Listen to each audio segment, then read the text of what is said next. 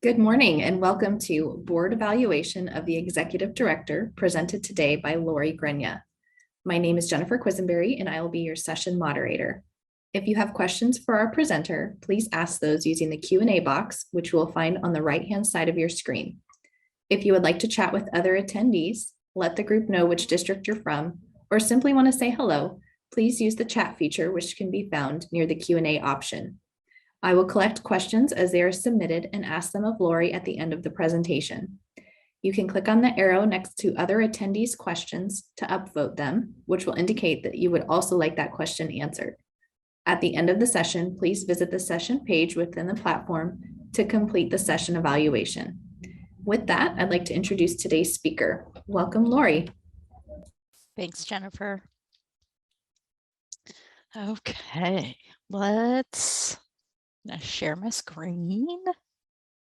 Okay, there we go. So today we're going to talk about board evaluations of the executive director. Sure, I've had the pleasure of speaking with many of you over the last several years. Been with HR Answers now for about 6 years, and this is one of those topics that comes up pretty frequently. So we just want to go through the highlights associated with why it is that you need to be doing this work and what the value of that work is, and also talk about some of the various ways in which you can accomplish it. So we're going to jump right in.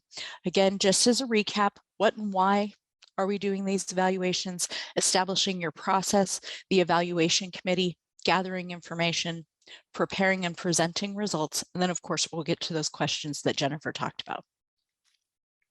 So what and why? Let's start there. The very first thing you need to know is it's your job. We get a lot of questions around the why do we have to do this when it comes to the board. And what we're really thinking about here is this is the board's only employee in most cases. And so when it gets right down to it, no different than supervising an employee in any other organization, this person is an employee. And we frequently forget about the individual who's running an organization in the context of employee, but this is the board's employee, so you're their supervisor. So the duties of board members. This is not something that we necessarily find in a law someplace. I can't go look up ORS and tell you what exactly it is that you're required to do as far as evaluations are concerned as a board. But case law and other legal standards have defined some specifics with regards to this over many, many years. There are most of them are a collection of information that essentially say all board members must be actively participating in some way for the good of the organization. And the way that these things have been characterized is in the accountabilities of the board. Specifically, there's a duty of care, there's a duty of loyalty, and a duty of obedience. And these are overlaid on the responsibilities as a supervisor when it comes to the executive director. So the duty of care. This one requires that the board members are reasonably informed about the organization's activities. And when we really think about it, isn't the work of the executive director part of the organization's activities? Yes. Participate in decision-making of the board.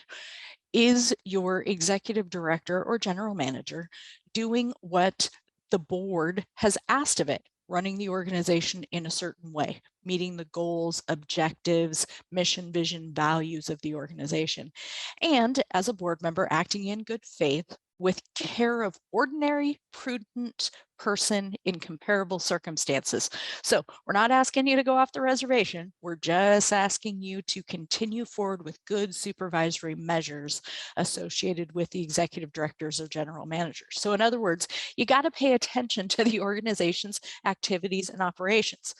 Now I want to be careful here. This is not an exercise in actively managing. This is an exercise in overseeing what is being managed, and your oversight squarely sits with the executive director or general manager. Following that duty of care is the duty of loyalty, and again, exercising power in the interest of the organization. And this is one that I think has been confused over the years.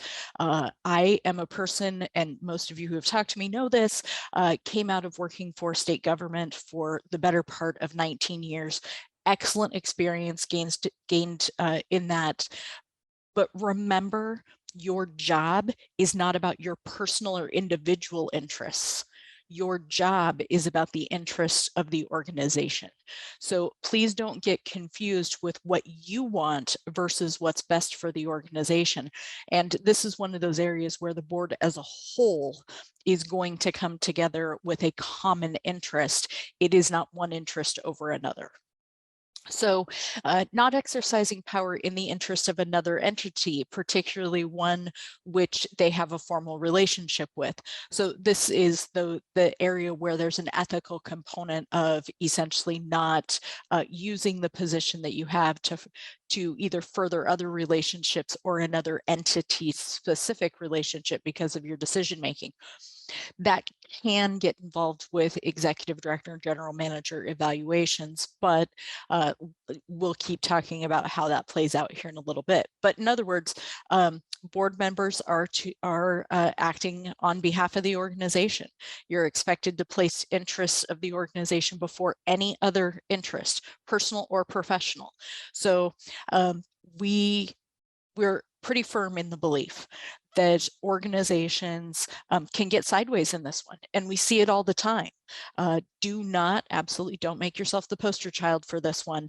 This is a group effort. There probably is nothing harder than group supervision, but it is the role and responsibility.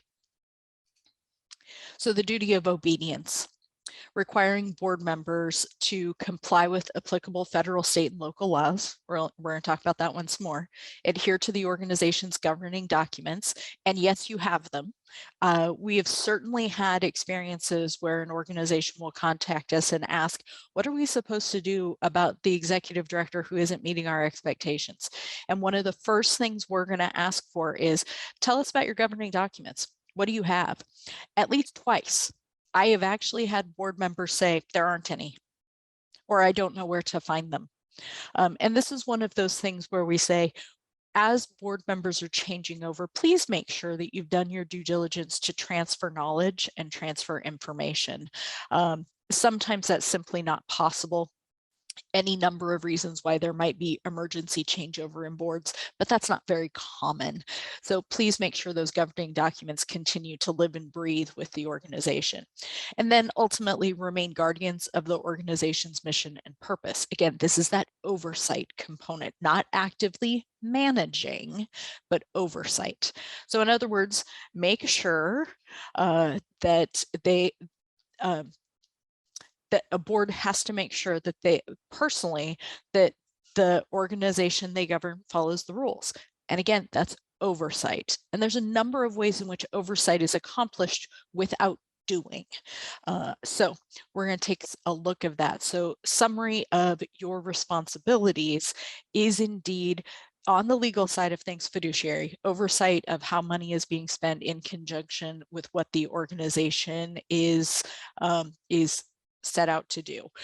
Organizational direction and continuation, operating with integrity, protecting the organization's reputation, accomplishment of the purpose and the mission, and then oversee the performance of the ED and the GM. And the reason why you have these legal responsibilities for the oversight of the performance is because that ED or GM is entrusted with all of the management of the organization. So in order for the board to truly oversee all of that, it's an evaluation process of how is the management occurring, and your responsibility is specific to that ED or GM.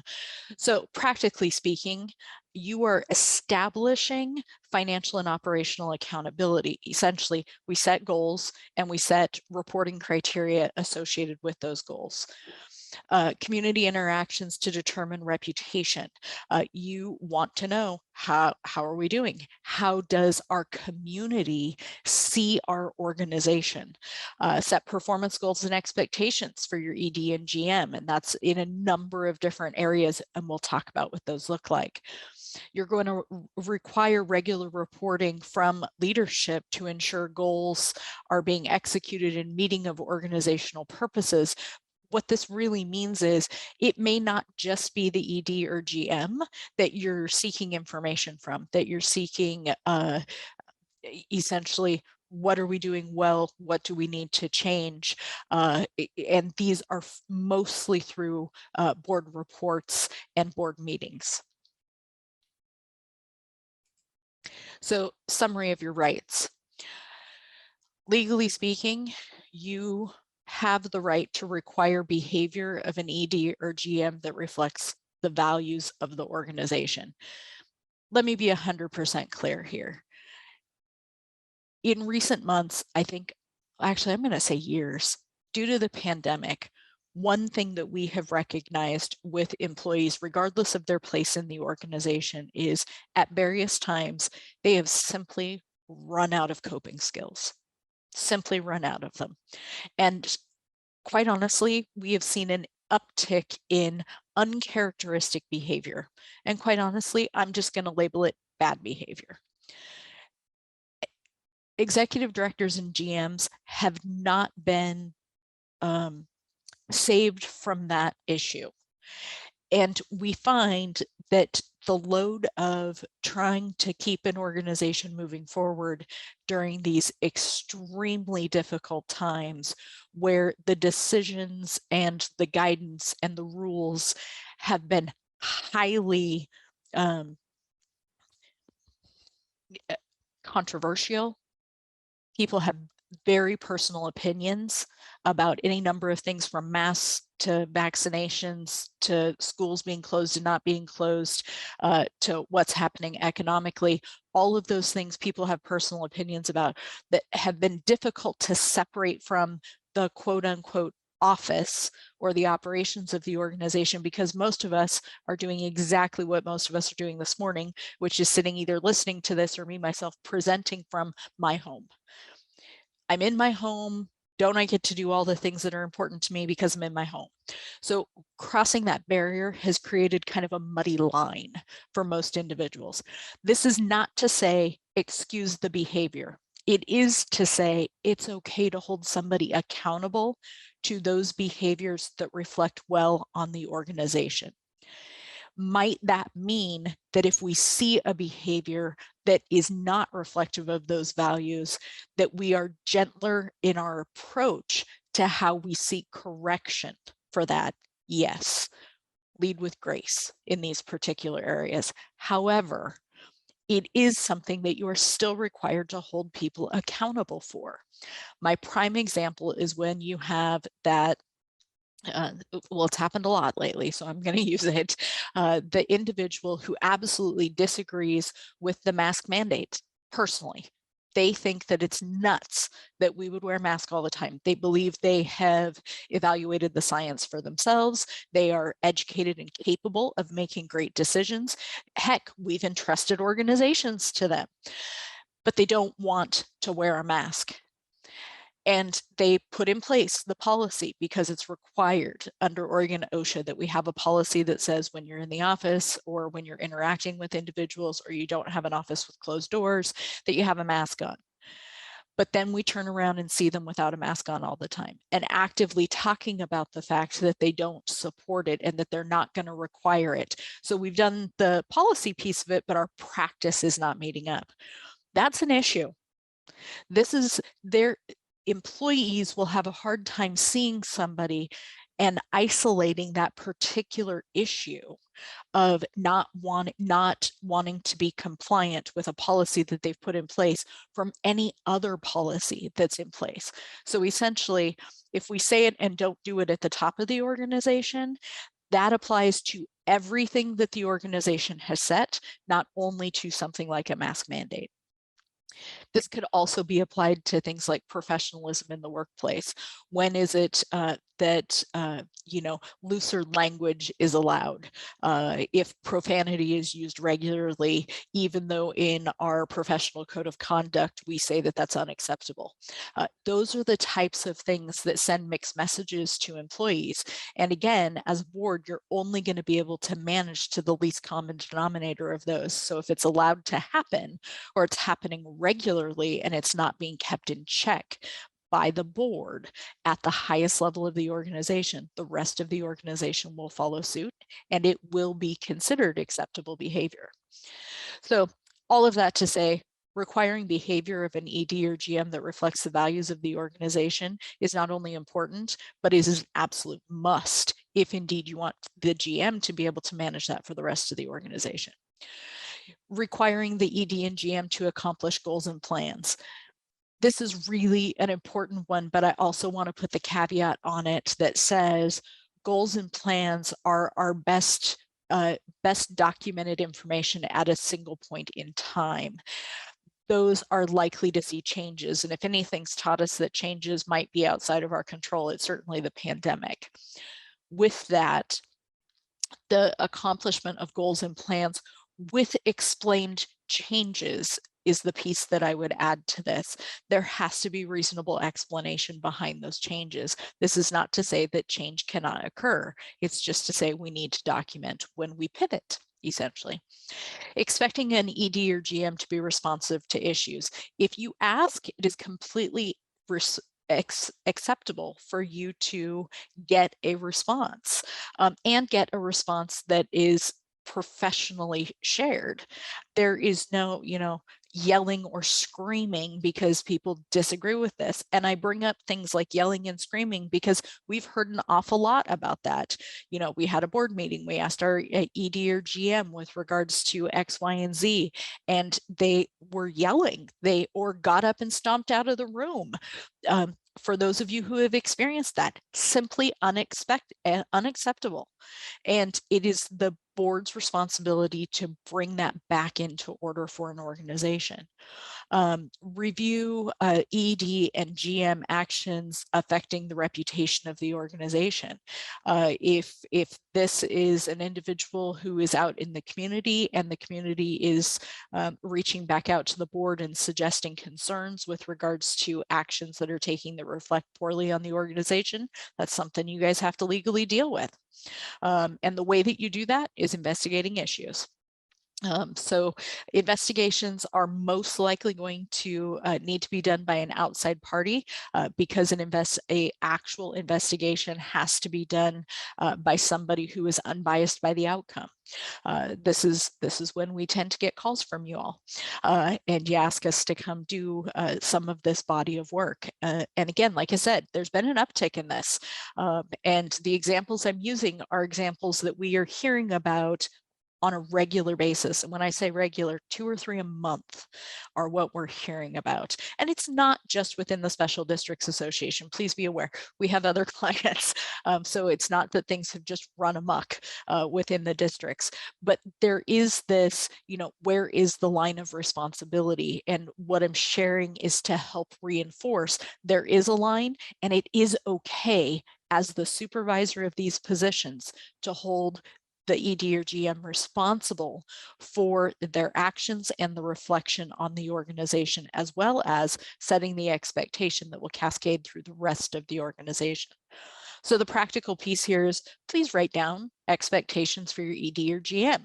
It is also completely appropriate to say that things around professionalism, how they'll interact with each other and how they'll interact with the board are simply the same rules that apply to everyone else in the organization. Ask for information. It is okay for you to say, hey, I need more information on that. It's even okay for you to say, what's the format, what's the scope, and how frequently are you going to get that? Is it quarterly that you want information about how we are moving towards the goals or plans? If we are not going to be able to make movement and we think a pivot is needed, some kind of change, we want to hear about that in advance. Or is this a delegated authority for the ED to make that decision without discussion with the board? It is okay for the board to require that the ED and GM treat the group with respect. require the ED and GM to support any board decisions. All of us, I am certain, have been in an employment situation at some point in time in our lives where we did not agree with where the organization was going. But because we were an employee, we continued doing that. Now, that did not necessarily mean that we didn't start looking for another job, but while we continue employment, we accept the direction of those above us, and the board ultimately is the director over the ED or GM. Mandate full disclosure. This is where we say we want honesty and we want the full picture. This is not the version of I give you a little bit of information so that you're happy and will get off my back. This is about we want the good, bad, and the ugly. We want to know it all so that we can decide what needs to happen. And it is a we activity. This is that participative management that I talked about earlier. The board needs to be advised of potential issues and opportunities. This is that pivot concept. Where is it that we might need to pivot, and what might we need to do differently associated with with whatever the goals and plans are for the organization? And again, this is high level. This is setting goals so that the organization can move. ED or GM is the one who moves those things along with all the staff in the organization.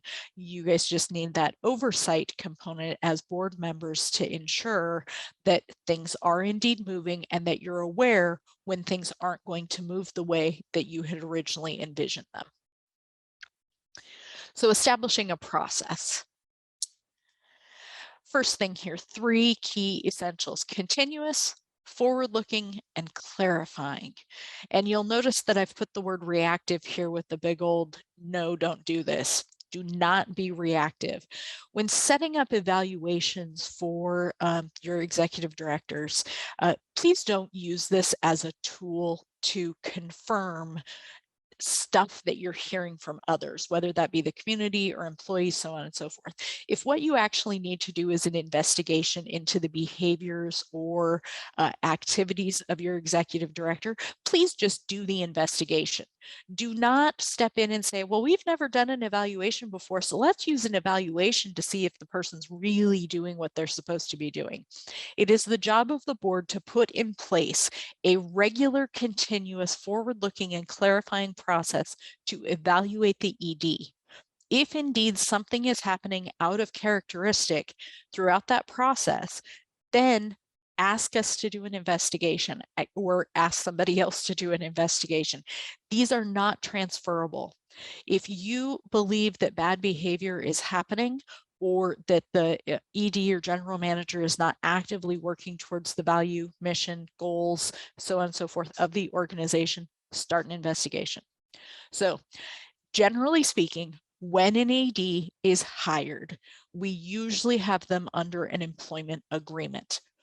In that employment agreement should be something about the way in which the evaluation of the productivity of that position is going to be evaluated.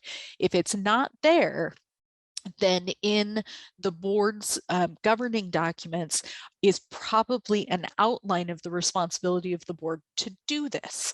So please make sure it's done.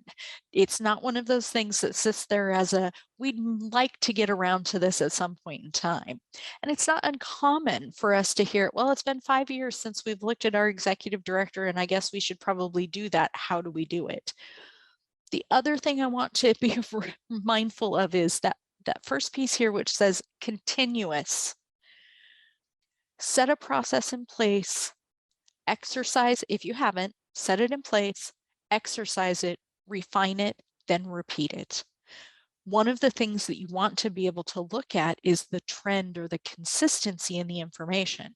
And if we're changing how we evaluate this position every single time we approach it, then it's very difficult to see what the progression has been over a period of time.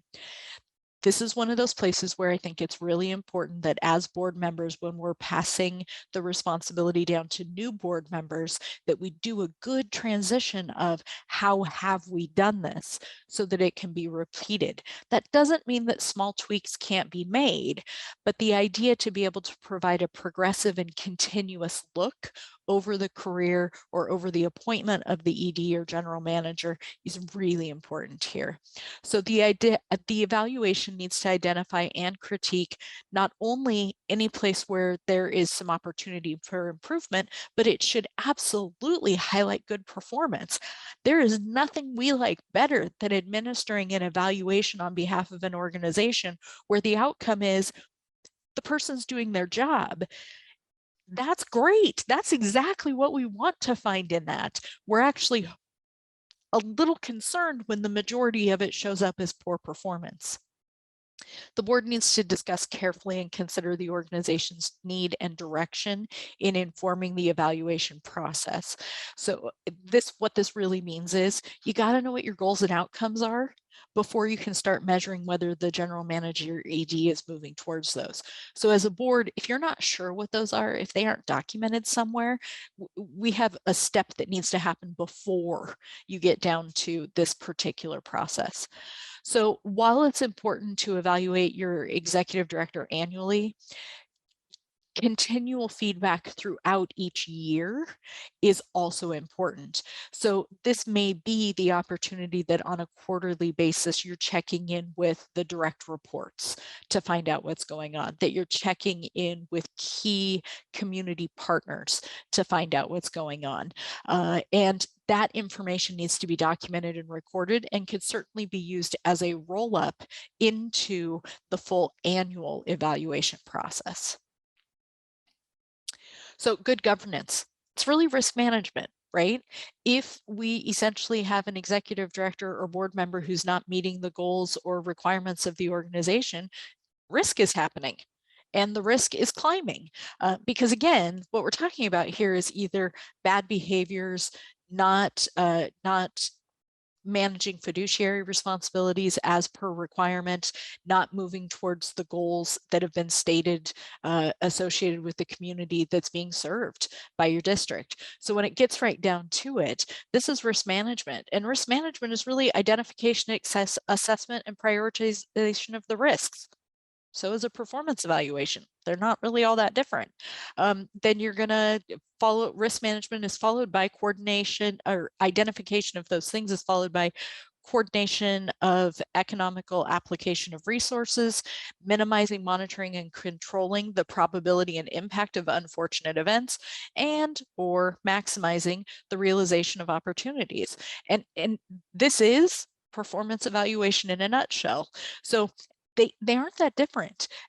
My bet is the organization as a board does this very well on a regular basis, thinking about it as risk management. Well, remember, the evaluation is an informative process that allows you guys to mitigate essentially risk. You can see what's coming.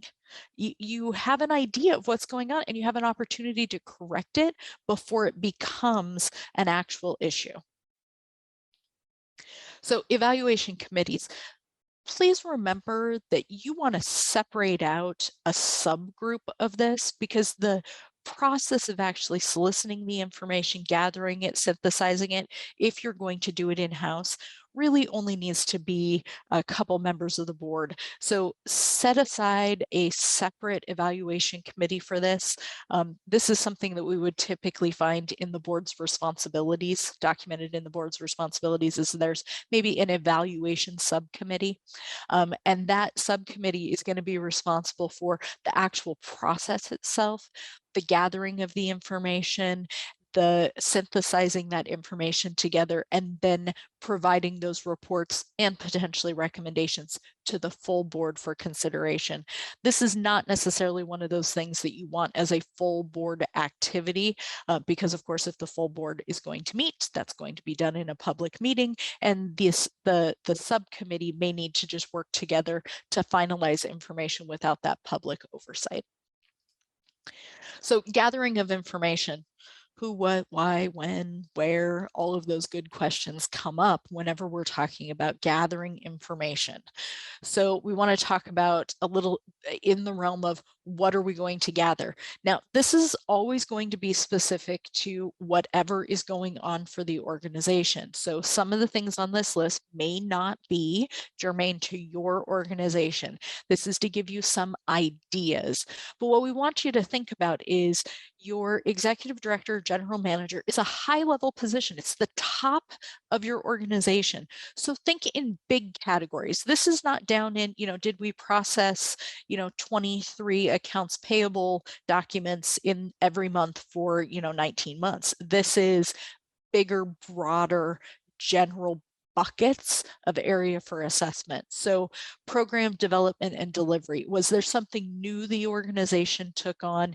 Is that moving in the right direction? Do people know about that? Have they been educated with regards to it? Do they know their role and responsibility in it? Have they been able to ask your executive director, general manager questions about it and they're knowledgeable?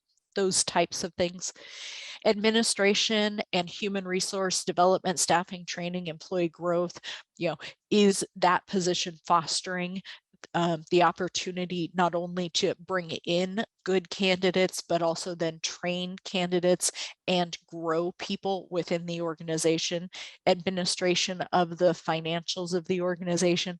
Are we getting regular reporting? Does it make sense? Are we spending the money in the areas where we thought we would be spending them? Are we seeking new funds? And you see some fundraising components down there. Community relations. Is your executive director, general manager in the public eye? Are they representing the organization well? Those types of things are really important here.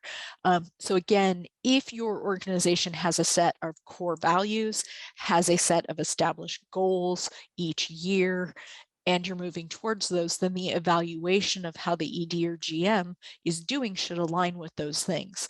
So a lot of what we're doing in these evaluation processes is ensuring that the documented outcomes for the organization are being evaluated through questioning of multiple viewpoints, but all about those same core values, same mission and goals, so that we can correlate that information together. So what to gather, or who to gather from, sorry. There could be any number of individuals, and the laundry list that you see here is akin to what you may have heard called a 360 evaluation to date. So number one, please don't forget that when you do these evaluations, you want the executive director to do a self-evaluation, or general manager. What we mean by that is you're going to ask a set of questions to a whole bunch of diverse audiences. We want to know how the executive director thinks they are doing in those particular areas, so we can compare and contrast their viewpoint with the viewpoint of others. So the full board does need to participate in this process. So let's say a questionnaire is developed to be completed as part of the evaluation process. Each board member should be filling that out individually with their own assessment of how the person in the position is functioning. Certainly approach those who are directly supervised by the executive director. And if that is not the entire organization, then also all other employees. This does mean that the questions you're asking might be phrased slightly differently so that they are appropriate to the audience, but they are mapped back then to each of the goals or the values so that they can be categorized for reporting purposes. Organization partners is usually a really important one. And this could be anything from vendors or those that you have maybe intergovernmental agreements with to accomplish work. The community that's being served is also an appropriate group to get some feedback from, and there's a number of ways of doing that.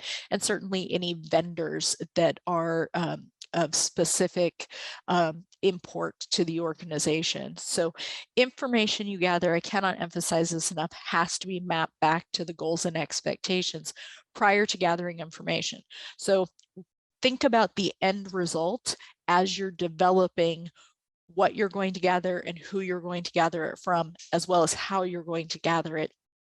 There is nothing worse than surveying a bunch of information and then not being able to group it together or correlate it well for reporting in the end. So think at the beginning about how you want to be able to characterize things in the end, not what the results were, but the format and structure of what needs to be reported. So why gather the information, or ways to gather the information? Conversations work, group meetings work, observation, what have you seen? That works. Electronic surveys, paper surveys, any number of ways to accomplish this. But the one thing I cannot emphasize enough here is all of it must be documented. So put it down on paper. So even if you have a conversation, you want to document the highlights. Now, how would you document those? I would put myself together a piece of paper that has all the values, all the goals identified. And as you're going through conversations and questions and hearing feedback, you're entering information specific to the various areas in which you're trying to measure success. Analysis of the information. This is a process of summarizing the feedback that's received, not discounting any of the feedback that's received. So this is one of those challenges that your subcommittee responsible for the evaluation is going to face. They may read something that they disagree with, that they do not think is happening, but it is somebody's perspective, and that perspective carries value, because whether it is right or not may be an indication that enough information is not being provided to the person who is responding for them to understand how something is actually working. This may be a lack of communication or lack of presence issue that is identified because the person doesn't have the same opinion that everybody else has. It could also simply be somebody who's angry. And we do know that that happens during evaluation feedback processes. Somebody is using this as a way to, quote unquote, get back at somebody. That does not mean discount the information or remove it from the analysis. It only means highlight it as an outlier, or highlight it as a, if there's a consistency in a particular, let's say the community is struggling with seeing how a particular new program is working, or they don't believe anything is happening on it. It could be just an identification that, hey, there's some consistency that the community we serve is lacking information with regards to fill in the blank, whatever it is. So remember that feedback is multidimensional, and summarizing is a process of truly summarizing what was received, not discounting information. Tabulate responses to scaled questions, especially if you're doing surveys. We think it's a great idea to have two different types of questions, and sometimes we like to see them blended together. The first one is questions that have various scaled responses, everything from using a scale of 1 to 5, 1 being least successful, 5 being most successful, or 1 being don't agree, 5 being agree, or just use the words don't agree all the way to agree. We also suggest that you think carefully about your scales. Their rater bias happens all the time, which essentially means some people are really high raters, some people are really low raters, and then we have another group which is right down the center. Sometimes I wonder if that's just to actually get the survey done so that they can get it off their to-do list. But ultimately, there are sometimes individuals who have a hard time falling to one side of the coin or the other. If you build a scale that has an even number of options, you are less likely to have the fence rider down the center if you have an odd number of options. It's always appropriate when doing an evaluation of an individual's performance to have the option to say, I don't have enough information to form an opinion with regards to this. Now, that can again end up being somewhat like the fence rider, but we do think it's an honest answer that can be provided. We do think that anytime you use some kind of scale, it makes sense to also say, provide a comment section. And we like to actually require the comment section that says, can you give an example of why it is that you have rated the individual the way that you have?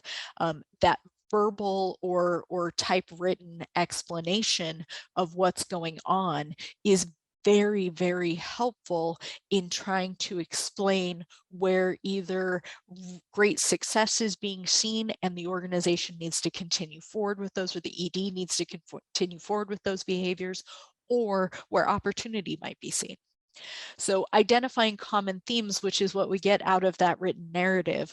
What are, and those common themes are not only according to the values and the goals of the organization, but also common themes within the various groups of people that you're looking at, those who are directly supervised, those who are within the organization, communities, vendors, so on and so forth, as well as do we want to see the roll up of where multiple groups are seeing the same successes or opportunities.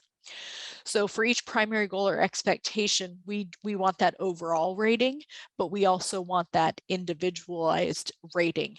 And really, again, the job of the subcommittee is to put together that report. Again, not discounting anything, but simply reporting what was received. The note that I included here on this slide is all of this work should be done with confidentiality. And what I mean by that is that we want to make sure that people are free to share their feedback with regards to whatever's going on. Now, most people don't care if their feedback is everything's going really wonderfully, there isn't anything that we would change. These are things we've really liked with regards to this. But when we start getting into that category of maybe there's some opportunities where somebody is either approaching expectations or maybe needs some improvement, or quite honestly, the individual who flat out just wants to say, I can't stand the way that this is happening, they probably don't want their name published on stuff.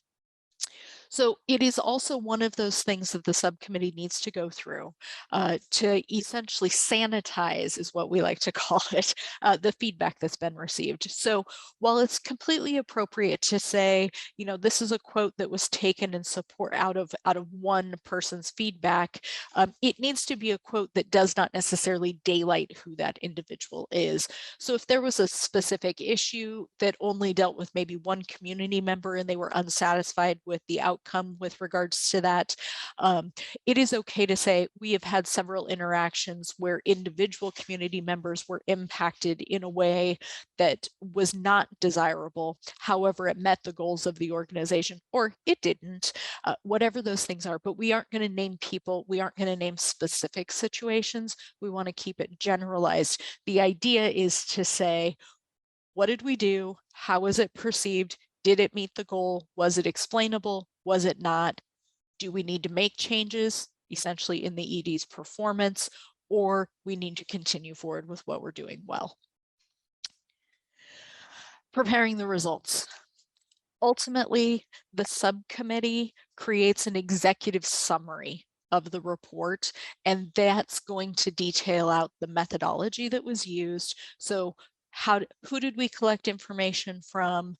What were we collecting information on, and what was the substance of the results in areas of improvement, in areas that can be maintained, and highlighting those areas of strength, and an overall evaluation statement, which is really a summary of the substance. In the majority of areas, the executive director has strengths, and it should continue maintaining the following, and these couple of things need improvement.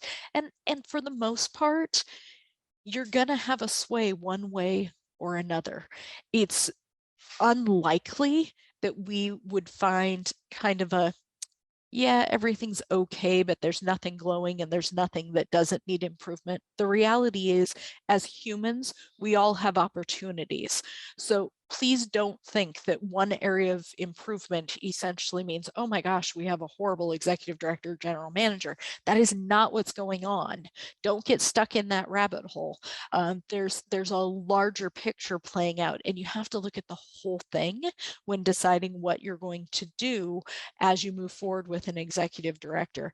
And also, please remember, if it's been a few years since one of these has been done for an executive director with your organization, you're starting out. This is, again, not a substitute for investigation into poor behaviors. It is an opportunity to get in front of anything that could turn into a potential risk or bad behaviors for your organization. And we want to get in front of those. By and large, we find evaluations to be a very informative process. That's what they're intended to be. And in most cases, we find that people are making substantive progress towards the goals that the boards have set out for them. There are occasions where we uncover some stuff that nobody knew about, and then we need to deal with that. But that doesn't necessarily overtake the evaluation. It's just, it might start other processes. So that is one thing I want to talk about that I didn't on the previous slide associated with that confidentiality piece. So I'm going to flip back to that slide for a second. It is possible that during your evaluation process, you're going to hear something, or somebody's going to type some information into your survey form that is essentially a report of harassment or discrimination or those types of things. Please do not just set that off to the side. This is another reason why I say please do not discount any kind of feedback. If you do receive information from somebody that falls into the category of risk for an organization or is of significant concern for the organization, please do something with that. I'm going to encourage you to either reach out to our friend Spencer at SDAO or Ron, or you can reach out to us. We're more than happy to help you with this. If you get some feedback that creates large concern for you, let's have a conversation about where you need to go with that, because there may be some requirements for you to go ahead and start an investigation because of what you found out during the evaluation process. Those particular pieces may not be able to be kept confidential in the investigatory arena, because if we have to start an investigation, we're going to have to talk about what the issue was and how we found out about it. So just know that that could come up during this process, and do not just let it lie. We may need to deal with that. So again, reach out to Ron, reach out to Spencer, reach out to HR Answers. We're happy to help you with that. So again, that subcommittee is going to prepare this, this executive summary of the report to share with the full board. When presenting this to the full board, though, the executive summary is there for consideration, discussion, and additional comments. The board chair, and for those of you who have that sitting on your name tag right at the moment, it is really your job to sit down with the executive director or general manager and talk about what was reviewed. And this is also, don't forget, a compare and contrast of what was found against their own evaluation of themselves. So several different things play out in that conversation. You know, we're covering strengths, covering opportunities, and covering differences between the perception of the executive director or the general manager and the perceptions of the community, vendors, employees, those directly supervised, whoever you serve it. Don't forget that the executive director needs to have the ability to comment or add any notes with regards to response about what was seen or what was documented. This is not a process to alter the report. Not a process to alter the report. This is a process to provide comments and notes. The thing I'm going to tell you is all of that, the final report, any additional comments or notes that are put together, all of that goes into the personnel file. So please don't forget about rebuttals. Okay, obviously it needs to be done in a professional way.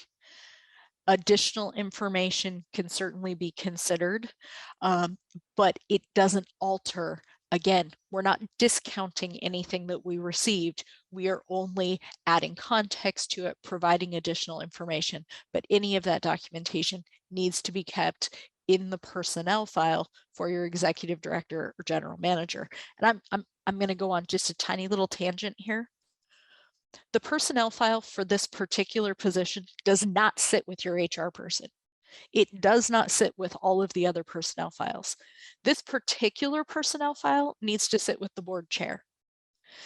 This is essentially a file that needs to be protected, just like every other file is being protected by the executive director. It is not okay to ask the executive director to maintain their own personnel file, or for the staff of the executive director to have access to that personnel file or to maintain it.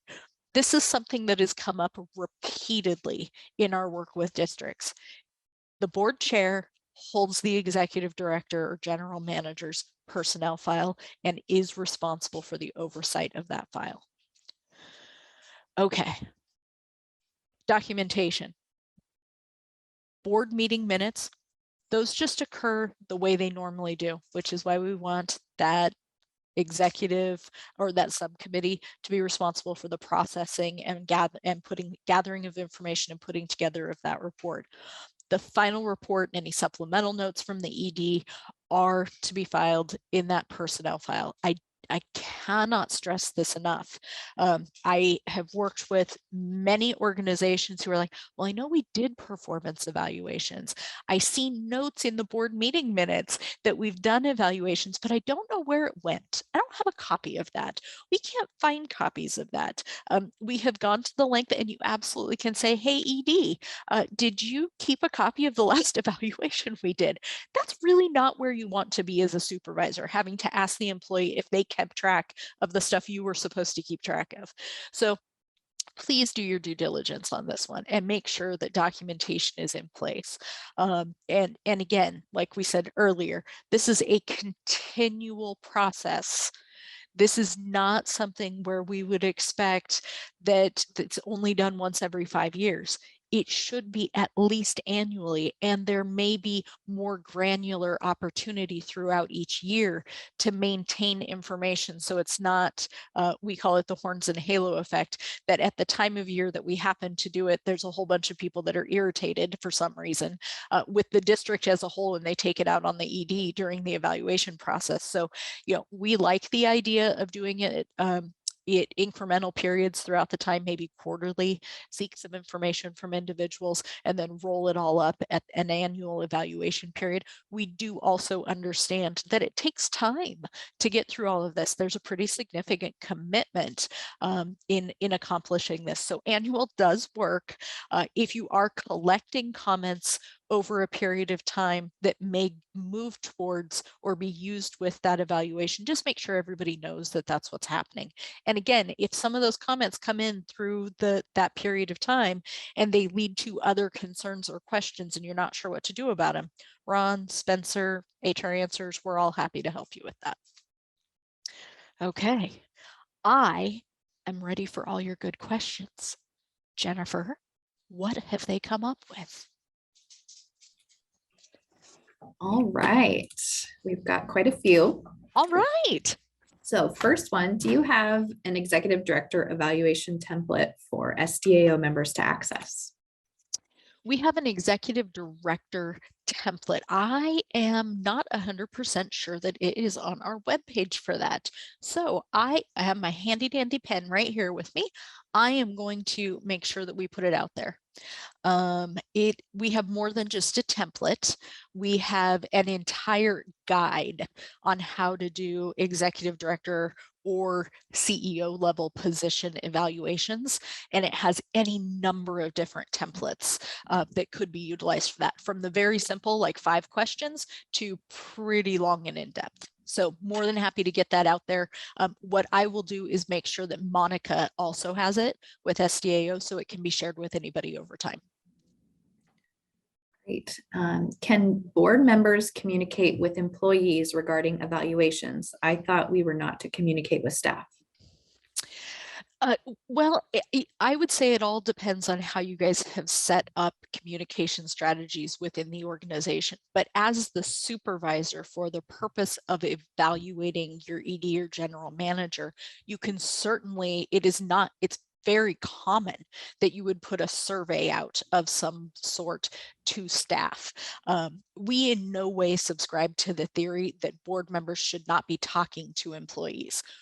we do want you to mind a really careful line. You are not managing employees. That is not your job.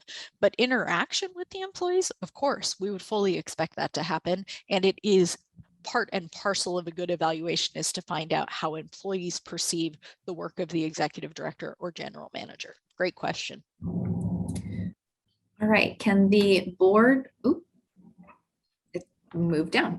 Can the board meet in executive session to discuss the evaluation of the GM or executive director? They can certainly meet an executive session for discussion. However, they cannot make a decision. So if there's an action to be made, because it's not uncommon for these evaluations maybe to be tied to a salary increase of some sort or continuation of a contract, those types of things, that would need to be done in public session. But a discussion in executive session is common, yes. Is it possible to overpraise an excellent GM? It's always possible. Man, I'd like more context for that one. So the reality is, it is completely realistic to believe that the board hired well and got a great GM and executive director. Isn't that what we want? I think that's what we want. I think we want the evaluation to come back and say, they're hitting all the right targets. This is wonderful. We've got things moving forward. What's more common is about 90% thumbs up. There's a couple things we could work on. But that's usually about rounding out how information is shared to individuals so that all who have interaction with a district are informed about what's going on. So can you overpraise? I suppose. But when it gets right down to it, if they're doing well, tell them they're doing well. Be excited about that. All right, should an exit interview be completed by the board when the executive director is leaving? If so, any suggestions on what should be in it? Wow. Exit interviews, I think, are a great idea. I will tell you, it's met usually with varying interest, and that might have a lot to do with how the person is exiting. So if it's a voluntary exit, you probably have more likely capability of actually getting an exit interview. If it's an involuntary exit, I'm not sure what you need to interview them for. But the other, yes, we have tools for this. Again, we'll make sure that Monica has them, and I can make them available. If I can do it really quick, I'll actually move them over to our exhibit booth so that people can download them if they want to. The thing that I just want to remind people of, you couldn't require somebody to do this. So it's usually we would really like to sit down and have a discussion with you, or here, could you fill out this survey? It's great if they do it. Take it with a grain of salt. You have somebody who's leaving. Be honest about why are they leaving, and use that as your overlay with any feedback that you get from that. Okay, does the HR department typically put this process together for the board and have them complete the process? They do, but please remember, usually coordinating the process, getting meetings on the books, helping with deadlines. How do we get email addresses for the people that we're going to survey? How do we, essentially utilize the communication networks within the organization to get information out so that we can get information back? We don't suggest that the HR office or the HR manager or coordinator be the one who's actually responsible to synthesize the information, only because they're usually in the reporting stream to that individual. And this is why some organizations choose to outsource the actual evaluation process. A subcommittee could say, we're going to outsource this to somebody else, or the board as a whole could say, we're going to outsource this and have you report back to a subcommittee. Completely appropriate. You just don't ever want to put an employee of the organization in the position of having to collect information that may be derogatory about somebody who is in a position of control over their own position. Great. So, what is the benefit of having an employment contract for an executive director as opposed to them being treated like a standard employee? Oh, I am the wrong person to ask this question to. Um, the reality is, I'm not a big subscriber to employment contracts because in Oregon we're an at-will state, and I think you've got everything you need as an at-will employer. What an employment contract does for you typically is allows a very defined requirement of the executive director will do X, and as long as X is done, then Y will occur, meaning pay, benefits, so on and so forth. However, if X is not done, this is what will occur, which gets directly into the cause for separations, so on and so forth. The thing I will say about employment contracts, please have them reviewed by an employment attorney. Okay, this is one place where HR Answers is going to say, we are not attorneys. We are not going to sit with you and defend why that agreement held water or didn't hold water. This is not something that you should have your business attorney do. So if the person does not have credentials in employment law, they are not the person you want. Now your business attorney can refer you to employment counsel to help you with this. We can refer you to somebody. I'm sure Spencer and Ron have people they would refer you to with regards to this. But please, please make sure that you have the person who would have to defend a claim against that contract review it for your organization. And don't just keep copying and pasting the same thing you've used for 20 years. It needs to be reviewed anytime you're thinking about making a change to it and enacting a new one, even if that's a continuation of a previous one with the same person. If the board members have not been, let me start over. If the board members have not been notified of illegal behavior such as abuse or discrimination, would they be liable if they don't uncover it in the course of a regular evaluation process? Oh, great question. Thank you. That's an excellent one. There is a duty to report for all employees in government entities, period. It was legislated 2 years ago now, that we are all in this together, essentially, from the perspective of you have to report. The reality is, at least case law to date has been very clear that if the organization were not informed, now it's not just during an evaluation, it's at any time. If a person does not bring forward a concern like that and give the opportunity for the employer to fix it, either before they go away or before they try and bring a case against them, it's not going to carry any water, because essentially you can't be held accountable for something you didn't know you needed to fix. Now, that does not mean, and yes, I'm pointing my finger here, that does not mean that I saw something, I thought it was crazy, I thought it was weird, I thought it amounted to this, but nobody told me that they felt the same way about it, that you're off. If you see something or a behavior that is inappropriate, that does not meet the standards, or you believe is a violation of discrimination, harassment, anything in that category, it is your responsibility to act on that and deal with it, even if somebody doesn't bring a complaint forward. So if you literally have never observed anything, have never had anybody suggest maybe something's up here, then no, it is very unlikely that the organization or the board members personally would have liability with regards to that. Very unlikely. But I will tell you, it is uncommon that these things happen to only one person and they only have side of it. We frequently get involved in these types of situations where something comes in during an evaluation where somebody has just had it and they've used this as, because they see it as confidential. So they bring forward this pretty horrendous allegation against somebody sitting in the board or in the executive director chair.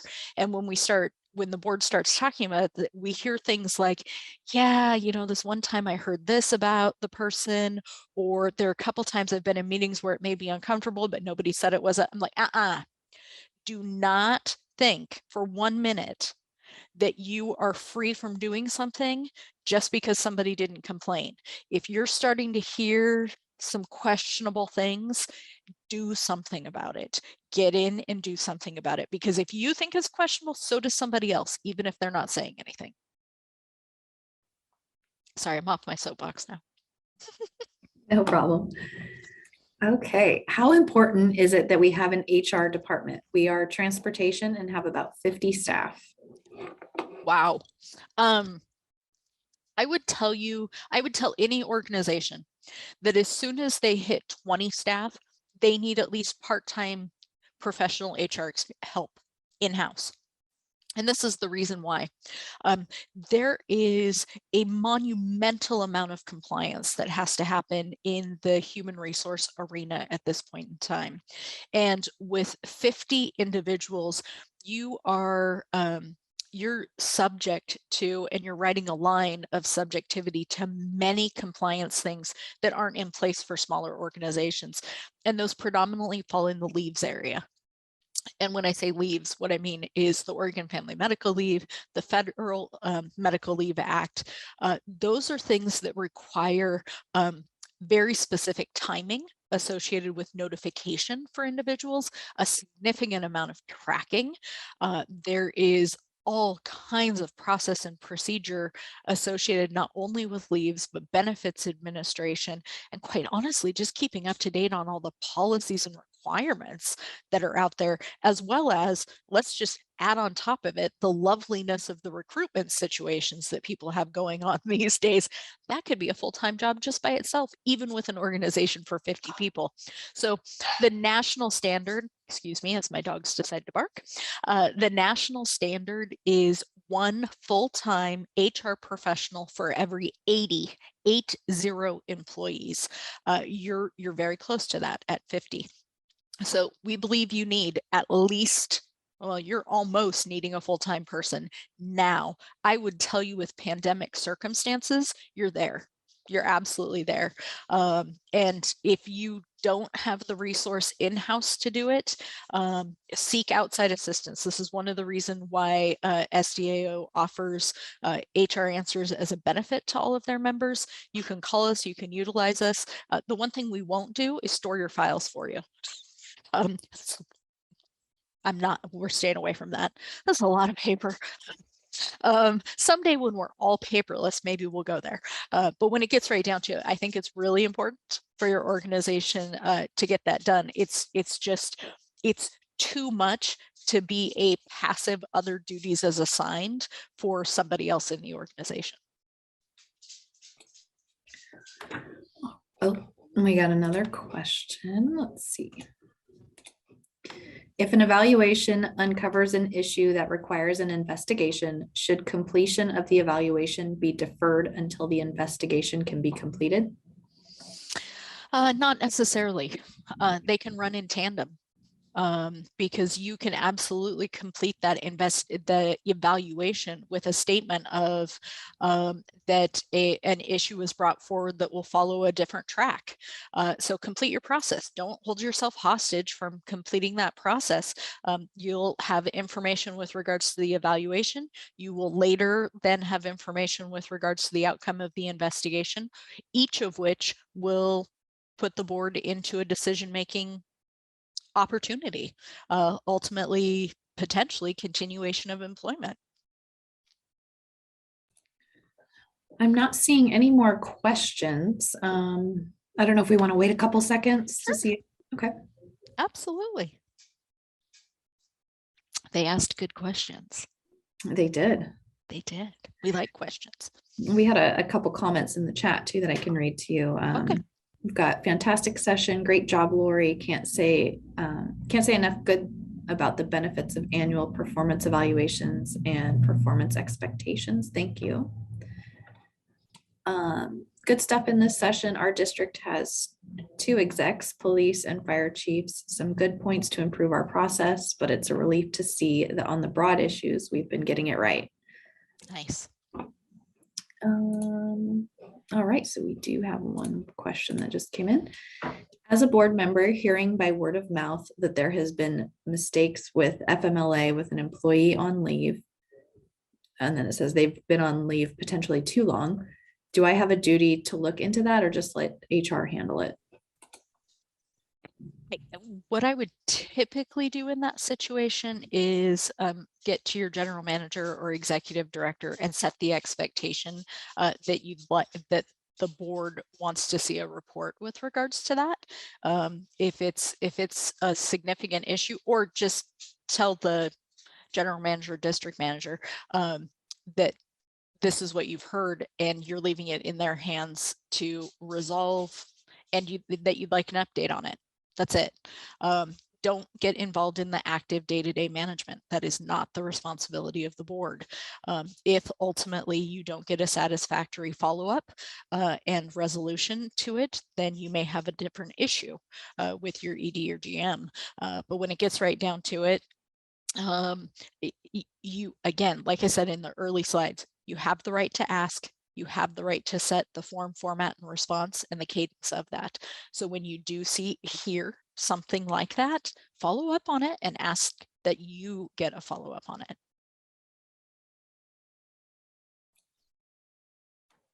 All right, I'm not seeing any more questions. So I suppose we can just go ahead and conclude the presentation. I'm not seeing anything in the chat or Q&A, so. Okay. Thank you so much, Lori. That was awesome. Absolutely. Thanks, Jennifer. I appreciate you taking the time and being our host today. And then thank you also everyone for attending. I'm going to share my screen here. We do have a session survey on the platform. You can go ahead and just navigate over there. It should be kind of near the chat. Be sure to fill that out, and then we look forward to seeing you at another training today. Good. Thanks, Jennifer. We'll see you later. Bye.